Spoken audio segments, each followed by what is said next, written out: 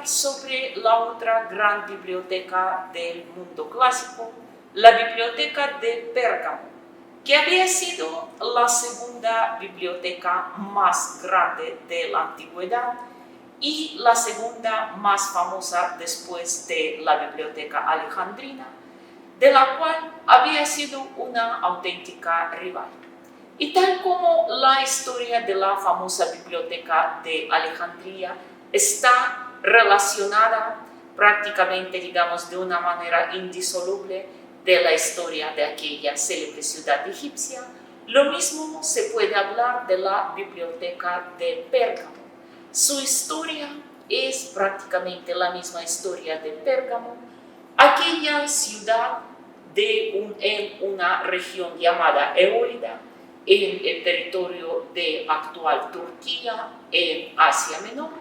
Y antes de que pasemos a hablar sobre la Biblioteca de Pérgamo, conozcamos un poco, en términos generales, la historia de la misma ciudad. ¿De dónde viene su nombre? Su fundador, según se cree, era Pérgamos, nieto de Aquiles. Sí, como podemos ver, Pérgamo era una ciudad muy antigua, cuya genealogía asciende prácticamente a la de los héroes homéricos. Además, Pérgamos, según se cree, era hijo de Neoptólemo, el único hijo heredero de Aquiles, con Andrómaca, sí, la viuda de Héctor, a quien el hijo de Aquiles había tomado como botín después de la destrucción de Troya y se la llevó a Grecia como su concubina. De esta unión nacieron varios hijos y Pérgamos, quien, al igual que su legendario abuelo, gozaba de un patrocinio y de una protección especial de la diosa Palas Atenea, sin duda alguna fue uno de los frutos más destacados de aquella unión. Guiado por su patrona, la diosa de la sabiduría, llegó a Eolia y ahí fundó una ciudad a quien le dio su nombre. Por lo tanto, no es de extrañar que la diosa Atenea era considerada posteriormente la patrona de la ciudad de Pérgamo y también de su biblioteca. Al parecer, realmente fue la misma Atenea quien había guiado al joven Pérgamos, porque el lugar para el emplazamiento urbano fue elegido de una manera muy sabia. Queda a 30 kilómetros de la costa del mar Egeo y, como podemos ver en este mapa, junto frente a la isla de Lesbos, una de las plazas estratégicas más importantes de la época. A lo largo de su historia, la tierra de Pérgamo había tenido varios dueños, varios soberanos y en más de una ocasión pasaba de unas manos a las otras. Se sabe que hacia el siglo VI a.C. formaba parte del reino de Lidia, pequeño pero próspero estado en Asia Menor, cuyo rey Creso se hizo famoso tanto por sus fabulosas riquezas, rico como el mismo Creso, decían los antiguos griegos, pero también paradójicamente por su mala suerte, por su trágico final. Aquí lo vemos sentado en la pira funeraria en los últimos instantes de su vida, condenado a la muerte por el nuevo dueño de aquellas tierras, el rey Ciro el Grande de Persia. Sí, después de la ejecución de Creso, Pérgamo tiene nuevos dueños y durante casi 200 años permanece bajo la soberanía de la dinastía persa de los aqueménidas. Posteriormente, en el siglo IV a.C., el último aqueménida, Darío III, es derrotado por Alejandro Magno y así Pérgamo termina incorporado en el imperio de Alejandro. Es interesante que en la época de Alejandro, mientras vivía el gran conquistador, Pérgamo estaba gobernada por una mujer, por una noble dama persa llamada Barsine, a quien Alejandro la había convertido en su amante, y según corrían rumores, ella incluso le había dado un hijo llamado Heracles, aunque oficialmente no reconocido por su padre, aunque legal, era al fin y al cabo un primogénito de Alejandro, y que durante años la madre y el hijo se consideraban los gobernantes de Pérgamo. Aunque tal vez Alejandro no reconociera a aquel hijo que le diera Barsine, es evidente que le tenía una gran confianza, dejándole el gobierno de una ciudad entera. Pero posteriormente Barsine y Heracles eran ejecutados por orden de Casandro, uno de los diádocos, es decir, de los herederos de Alejandro, y luego con la muerte de Alejandro, con la disolución de su imperio, Pérgamo forma a tomar parte oficialmente del imperio Seleucida, es decir, de aquella dinastía que gobernaba la parte asiática de los dominios de Alejandro. Sin embargo, ya en aquellos primeros años de la historia del imperio Seleucida, Pérgamo y sus habitantes mostraban una marcada tendencia hacia el separatismo. Aquí tenemos el busto de un tal Filetero, hijo de Átalo, de una noble familia macedonia de los allegados de Alejandro, quien es considerado el fundador de la dinastía de los Atálidas, aquella dinastía que gobernaría el nuevo reino de Pérgamo.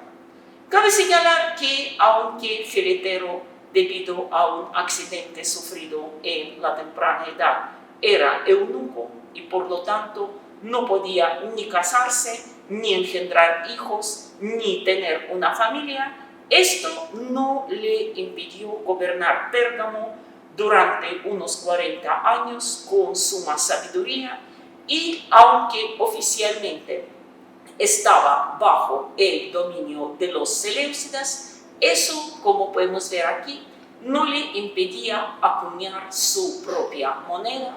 Aquí vemos una moneda con su perfil, y también, como podemos ver, en el anverso de la moneda aparece la diosa Atenea, la patrona de Pérgamo. Todo esto ya era un paso considerable hacia la independencia completa. Y realmente, aprovechándose de los constantes conflictos entre los otros diádocos y de los disturbios dinásticos dentro del mismo imperio Seleucida, en el año 241 a.C., Filetero simplemente proclama la independencia y funda el nuevo reino de Pérgamo. Aquí en este mapa podemos ver que era un estado tal vez no tan extenso como, por ejemplo, el imperio ptolomeico en Egipto o el imperio Seleucida, pero de todos modos un reino muy próspero y estratégicamente bien ubicado.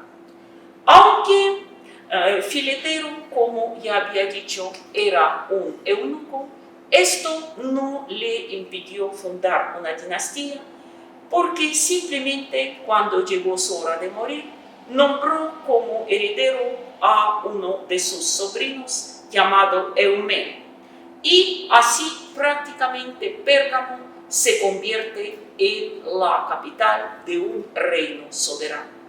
Podemos ver cómo la ciudad quedó embellecida, primero bajo Filetero, luego por sus herederos, y fue precisamente el tercer rey de aquella dinastía atálida, Átalo I el Sóter, quien es considerado el fundador de la Biblioteca de Pérgamo.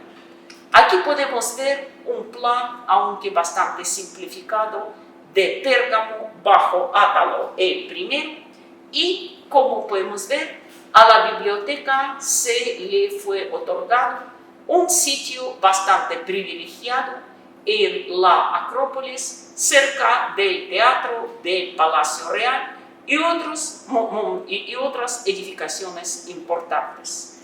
También Átalo había intentado adquirir para su biblioteca, aunque sea una parte de los libros de la colección de Aristóteles, así llamado Corpus Aristotélicos. Hemos hablado ya en una de nuestras conferencias anteriores sobre la Odisea de la obra epistolar del gran Aristóteles, pero los nereidas, aquellos guardianes de la biblioteca aristotélica, se lo negaban. No querían agasajar al rey de Pérgamo, a quien no lo querían demasiado por sus crecientes apetitos expansionistas. Y sin embargo, esto no impidió a los reyes atálidos seguir desarrollando la biblioteca y agrandarla. Aquí podemos ver el busto de Eumeno II, hijo y heredero de Átalo I, quien prácticamente había reformado, agrandado la biblioteca, ha conseguido nuevos fondos para ella y prácticamente la convirtió ya en una seria rival de la biblioteca de Alejandría. Sin querer aguantar aquella competencia, los Ptolomeos egipcios hacen lo siguiente: simplemente prohíben la exportación a Pérgamo de los rollos de papiro.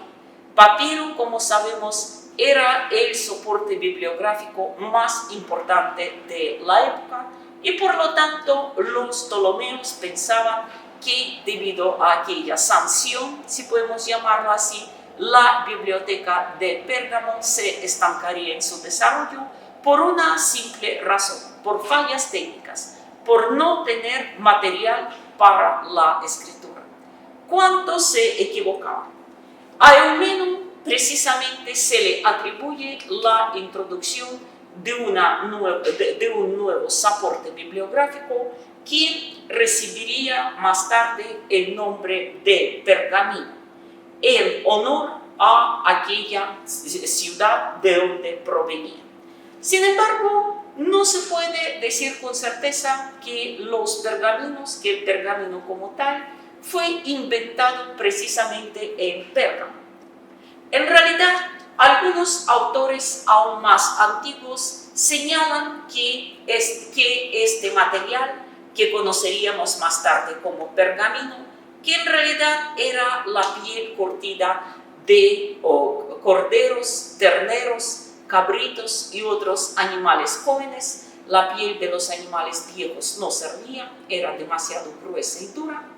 Era usada aún por los reyes persas de la dinastía aqueménida y que posteriormente Alejandro Magno familiarizó a los griegos con este logro, trayendo del interior de Persia aquellos primeros pergaminos. Sin embargo, era considerado por los griegos un material más bien exótico. Todavía se preferían o las tablillas de madera o el papiro egipcio, mucho más familiar, mucho más extendido. Pero ahora, con las sanciones sobre la exportación del papiro, en Pérgamo se introduce la introducción de aquel nuevo material a gran escala. No podemos decir que fabricarlo era fácil, porque primero tocaba limpiar esmeradamente la piel de todas las inmundicias, de todos los rastros de pelo, de grasa, de todos los desechos orgánicos, y posteriormente extenderla y secarla durante un buen tiempo. Sin embargo, valía la pena el esfuerzo, porque el material que se obtenía era mucho más fácil de manejar, mucho más cómodo que los rollos de papiro. Así como podemos ver poco a poco, este nuevo material que recibió el nombre de pergamino, precisamente porque Pérgamo se convierte en el centro más importante de su fabricación e incluso con el paso del tiempo sirve, como podemos ver, para coser las hojas y fabricar unos auténticos cuadernos y libros, mucho más cómodos que los tradicionales rollos de papel. Así que, como podemos ver, el problema técnico fue resuelto y la biblioteca de Pérgamo siguió creciendo. ¿Y cuántos rollos finalmente había en aquella biblioteca? ¿Qué tan grande era?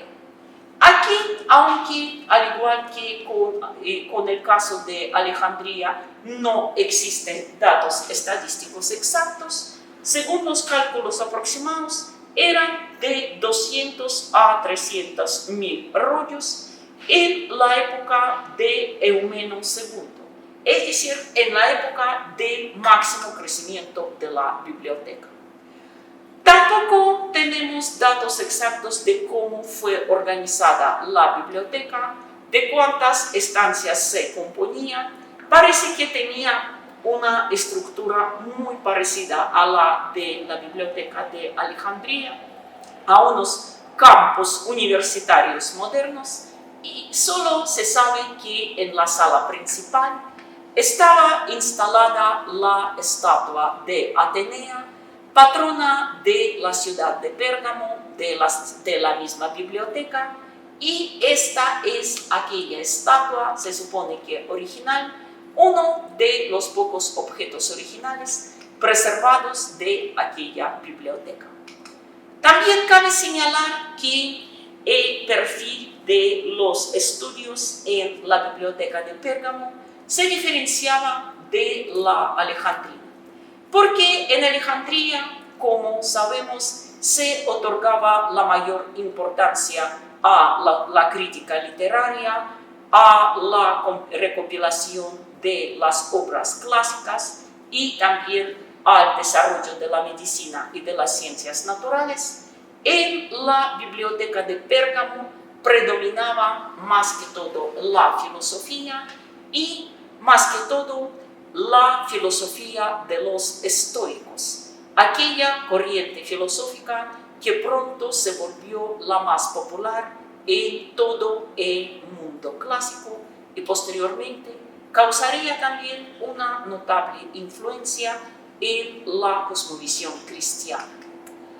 En cuanto a los logros de la biblioteca de Pérgamo, aunque tal vez no parecen aparentemente tan grandes, tan numerosos como los de Alejandría, pero tenemos que mencionar a Dionisio de Tracia, texto de gramática de lengua griega, considerada la más completa, la más detallada entre todos, que preservó su importancia a lo largo de toda la antigüedad clásica e incluso también en los periodos más tardíos, por ejemplo, en la época bizantina. También hay que mencionar el logro de Crates de Malos, el creador del primer globo. Aquel geógrafo ejercía durante un buen tiempo el puesto de director de la biblioteca de Pérgamo y aquí podemos ver su primer intento de representar la esfera terrestre, la oikumene, es decir, la tierra habitada, y incluyendo, como algunos incluso dicen que ven aquí a América, un continente desconocido, quién sabe qué misterio, qué conocimiento secreto guardaba en sí este globo de Crates. En el año 133 a.C., el último rey de Pérgamo, Átalo III, quien no tuvo hijos ni otros herederos, en su testamento simplemente nombró como heredero al Senado y pueblo de Roma, es decir, a la República Romana como tal. Así que, como podemos ver, Pérgamo no fue conquistada por Roma, sino se le entregó como una herencia y de ahora en adelante formaría parte de la provincia romana de Asia. Pasó a ser la capital de esta unidad administrativa romana. Cabe señalar que al principio de la época romana, los habitantes de Pérgamo gozaban de muchos privilegios. Por ejemplo, estaban libres de muchos de aquellos impuestos que tenían que pagar otros pueblos conquistados por Roma, y en este sentido podemos decir había evitado muchas de las destrucciones, muchos de los disturbios sociales que vivieron otras provincias romanas. En este sentido, la suerte de Pérgamo había sido un tanto mejor. La buena suerte de Pérgamo se acabó cuando Mitrídates Eupator Dioniso, el rebelde rey de Ponto, durante su primera guerra a muerte contra Roma, había convertido Pérgamo en su cuartel general. Posteriormente, derrotado Mitrídates cuando se exilia y se suicida, llegan tiempos difíciles para Pérgamo. Roma no le perdona así nomás el supuesto apoyo a un enemigo del pueblo romano. Pérgamo pierde todos sus privilegios, su estatus de ciudad libre, también se le imponen nuevos tributos, se ve obligado ahora a alojar y abastecer las tropas romanas encuarteladas en su territorio. En fin, con tantos nuevos gastos, Pérgamo ya no puede seguir manteniendo su biblioteca. Por lo tanto, podemos decir que, al igual que el declive de la biblioteca de Alejandría comenzó con la caída de los Ptolomeos, aquella dinastía a la que estaba ligada, lo mismo podemos decir. La biblioteca de Pérgamo comienza a decaer con la desaparición de los atálidas y posteriormente con la pérdida por Pérgamo de todos sus privilegios de ciudad libre. ¿Cómo se acabó la biblioteca de Pérgamo? Aquí hay varias versiones y alguna, tal vez la más famosa, dice que el culpable principal había sido el triunviro romano Marco Antonio, cuando vio lo apenada, lo afligida que se sentía su amada Cleopatra por la pérdida de casi 40.000 rollos de la biblioteca alejandrina, supuestamente destruidos por el fuego durante la guerra civil entre Cleopatra y su hermano Ptolomeo XIII, y entonces, tratando de hacerle algo agradable a su amada reina, Marco Antonio trae de la biblioteca de Pérgamo, prácticamente la saquea, poniendo a los pies de su amada reina todos los 200 o 300.000 rollos que había ahí. Sin embargo, tal como dicen algunas fuentes posteriores, la biblioteca de Pérgamo no se acabó con aquel acto tan arbitrario de Marco Antonio. También dicen que algunos barcos que Marco Antonio había enviado cargado de pergaminos desde Pérgamo a Alejandría se naufragaron y como si hasta ahora esperan ser descubiertos. Pero por el momento no existe ninguna prueba, ninguna, comprobación de la existencia de aquellos naufragios con una buena parte de biblioteca de Pérgamo a bordo. Parece que es simplemente una de tantas leyendas de la época. Y además, Después de la batalla de Actium, en el año 31 a.C., cuando la flota de Marco Antonio y Cleopatra es derrotada por Augusto y luego Alejandría tomada por el heredero de Julio César, dicen que Augusto trató de indemnizar a Pérgamo las acciones de su antecesor y había devuelto a la biblioteca casi todos los fondos llevados de ahí por Marco Antonio. Si es cierto o no, tampoco existe una prueba. Sin embargo, un golpe seguía tras otro. Ya en el siglo III, en el año 262, un terremoto sacude toda Asia Menor, dejando Pérgamo prácticamente en ruinas. Aquí precisamente podemos ver unas pocas restos de la antigua ciudad que pudo haber sobrevivido a aquel terremoto.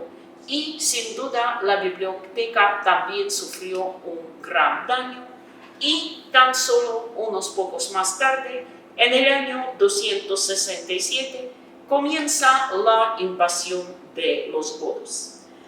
Los godos saquean todo a su paso y parece que la biblioteca también se acabó destruida por ellos después ya del terremoto. Sin embargo, existen los testimonios sobre la existencia de la biblioteca, aunque claro que en una variante muy reducida, e incluso en los primeros siglos del Imperio Romano del Oriente. Pero ¿cuál era su destino final? ¿Cuándo se acabó definitivamente? Eso no se sabe. Para finalizar, solo podemos decir que el yacimiento arqueológico de Pérgamo, tal como lo vemos aquí, posiblemente es aquella parte de Acrópolis donde, según se cree, estaba ubicada la biblioteca. Actualmente queda cerca de la actual ciudad de Bergama, en Turquía. Hoy este asentamiento arqueológico es proclamado por UNESCO el Patrimonio Cultural de la Humanidad a partir del año de 2014. Así que, como podemos ver, el final de la biblioteca de Pérgamo simplemente desvanece en medio de toda aquella incertidumbre histórica.